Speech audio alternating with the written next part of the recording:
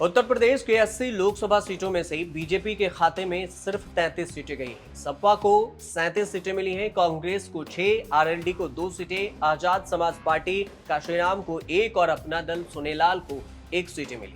लेकिन इन सब सीटों में से एक सीट ऐसी है जिसकी चर्चा खूब हो रही है और हर तरफ हो रही है। वो सीट है फैजाबाद अयोध्या लोकसभा सीट। फैजाबाद अयोध्या लोकसभा सीट की अगर बात करें तो जहां से बीजेपी के उम्मीदवार लल्लू सिंह 50,000 वोटों से हार गए हैं।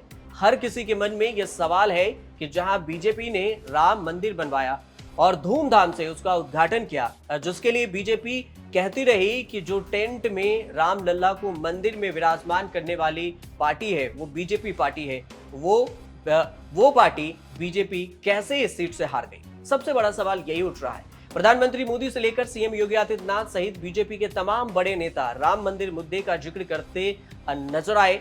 बीजेपी के छोटे बड़े नेता ये कहते नजर आए कि जो राम को लाए हैं हम उनको लाएंगे। राम मंदिर के मुद्दे को सियासी प्रयोगशाला कहे जाने वाले यूपी में बीजेपी ने चुनावी लाभ लेने की कोशिश की, लेकिन यह मुद्दा पूरी तरह से बैकफायर कर गया। बीजेपी को उसी अयोध्या में चुनाव हार का सामना नहीं करना पड़ा जहां राम मंदिर स्थित है, बल्कि अयोध्या के आसपास की सभी सीटें बीजेपी हार गई। राम मंदिर के मुद्दे को जोर शोर से उठाने का सियासी असर उत्तर प्रदेश ही नहीं बल्कि अयोध्या के आसपास 100 किलोमीटर तक देखने को मिली। बीजेपी नहीं जीत पाई। बीजेपी अयोध्या सीट पर चुनाव हारने के साथ साथ अयोध्या मंडल में शामिल फैजाबाद, बाराबंकी, अंबेडकर नगर, सुल्तानपुर और अमेठी लोकसभा सीट भी हार गई है। इतना ही नहीं, अयोध्या से सटे बस्ती, श्रावस्ती, जौनपुर सीट भी बीजेपी नहीं बचा पाई। अयोध्या में एयरपोर्ट से लेकर तमाम तरह के विकास कार्य को योगी सरकार ने कराया, लेकिन सियासी असर नहीं दिखा। प्रदेश की इस सबसे वीआईपी सीट अयोध्या में सियासी बाजी मारने के साथ सपा ने सभी आसपास की सीटें जीतने में सफल रही। इंडियन एक्सप्रेस की रिपोर्ट के मुताबिक बीजेपी के काउंटिंग एजेंट का यह भी कहना है कि लड़ाई काफी टफ था। राम मंदिर का जो मुद्दा था वो वोट में नहीं बदल पाया। मतगणना केंद्र से करीब 1 किलोमीटर दूर बीजेपी कार्यालयों में जब वोटों की गिनती हो रही थी, जैसे जैसे गिनती हो रही थी वैसे वैसे उनके कार्यालय में सन्नाटा पसर रहा था। राम मंदिर के अभिषेक के बमुश्किल 4 महीने बाद फैजाबाद लोकसभा सीट पर चुनाव हुआ और बीजेपी हार गई। और इस पर पूरे चुनाव प्रचार अगर कहें तो राम मंदिर को लेकर चुनाव प्रचार किया गया था। एग्जिट पोल भी सही साबित नहीं हुआ। एनडीए को 71 से 73 सीटें मिल रही थी एग्जिट पोल में, जबकि ऐसा नहीं हुआ। 370 सीटों के अपना लक्ष्य से भी काफी पीछे रह गई बीजेपी। वहीं अगर बात करें अयोध्या लोकसभा सीट की तो 9 बार के विधायक और सपा के प्रमुख दलित चेहरों में से एक अवधेश प्रसाद ने लल्लू सिंह को 54,567 वोटों के अंतर से हराया, जो कि तीसरी बार से ये जीत के आश में बैठे हुए थे। अयोध्या में समाजवादी पार्टी के उम्मीदवार अवधेश प्रसाद 54,567 वोटों से जीते हैं और उन्हें कुल 5,54,289 वोट मिले। बीजेपी के लल्लू सिंह को 4,99,722 वोट मिले। तीसरे नंबर पर बसपा के सच्चिदानंद पांडे रहे, 46,407 वोट इन्हें मिल सका। चुनाव से पहले लल्लू सिंह उन बीजेपी नेताओं में भी शामिल थी जिन्होंने ये कहा था कि संविधान बदलने के लिए 400 सीटों की जरूरत होती है।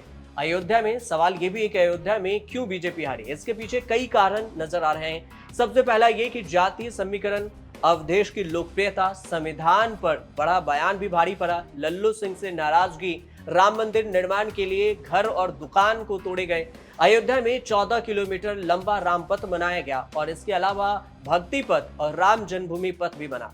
ऐसे में इसकी जद में आने वाले घर और दुकान भी टूटी, लेकिन मुआवजा सभी को नहीं मिल सका। उदाहरण के तौर पर अगर समझे तो अगर किसी शख्स को 200 साल पुरानी कोई दुकान थी और लेकिन उसके पास कागज नहीं थे तो उसकी दुकान तो तोड़ी ही गई, लेकिन उसके बदले में मुआवजा भी नहीं दिया गया। मुआवजा केवल उन्हें मिला जिसके पास कागज थे। ऐसे में लोगों के बीच में नाराजगी थी जिससे उन्होंने वोट न देकर जाहिर किया। आरक्षण का मैसेज भी बड़ा पड़ा। अयोध्या में बीजेपी को अपने नेताओं की बयानबाजी और प्रोपेगेंडा भी भारी पड़ा है। जनता के बीच में यह मैसेज गया कि बीजेपी आरक्षण को खत्म कर देगी, संविधान को बदल देगी। ऐसे में वोटरों का एक बड़ा तबका सपा की ओर चला गया। युवाओं में गुस्सा था कि बीजेपी को लेकर युवा वर्ग एक गुस्से में दिखाई दिए। युवा अग्निवीर स्कीम को लेकर भी सरकार से सहमत नहीं नजर आए। बेरोजगारी और पेपर लीक के मुद्दे भी युवाओं में बढ़ चढ़कर काम किया और इसी वजह से युवाओं ने भी अयोध्या के युवाओं ने भी बीजेपी के खिलाफ वोट किया। कांग्रेस के लिए दलितों का सॉफ्ट कॉर्नर भी काम आया और इस सब कारण की वजह एक ये भी कारण माना जाता है, जो सब कारण को जोड़कर देखा जाए तो अयोध्या में बीजेपी के हार की बड़ी वजह बनी। बीजेपी के इस हार के बाद सोशल मीडिया पर लोग तरह तरह के सवाल भी उठा रहे हैं, वहीं कुछ लोग बीजेपी पर निशाना भी साध रहे हैं। इस लिस्ट में बॉलीवुड एक्ट्रेस स्वरा भास्कर भी शामिल हो गई हैं। उन्होंने अयोध्या में बीजेपी की करारी हार के बाद ट्वीट पर पोस्ट किया। स्वरा भास्कर ने ट्वीट करते हुए लिखा कि श्री राम के नाम को बदनाम करने वालों को, उनके नाम पर पाप करने वालों को जय श्री राम। वहीं एक्ट्रेस ने मीम भी शेयर किया है जिस पर लिखा है कि ये तो सच है कि भगवान है। वहीं आगे उन्होंने अगला ट्वीट लिखा जिसमें उन्होंने लिखा कि उन्होंने कहा कि टाइटैनिक डूबने योग्य नहीं था और फिर भी एक दिन वह डूब ही गया। सरकार किसी के भी बने, आज नफरत, भ्रष्टाचार, लालच और अहंकार को भारत ने हरा दिया है।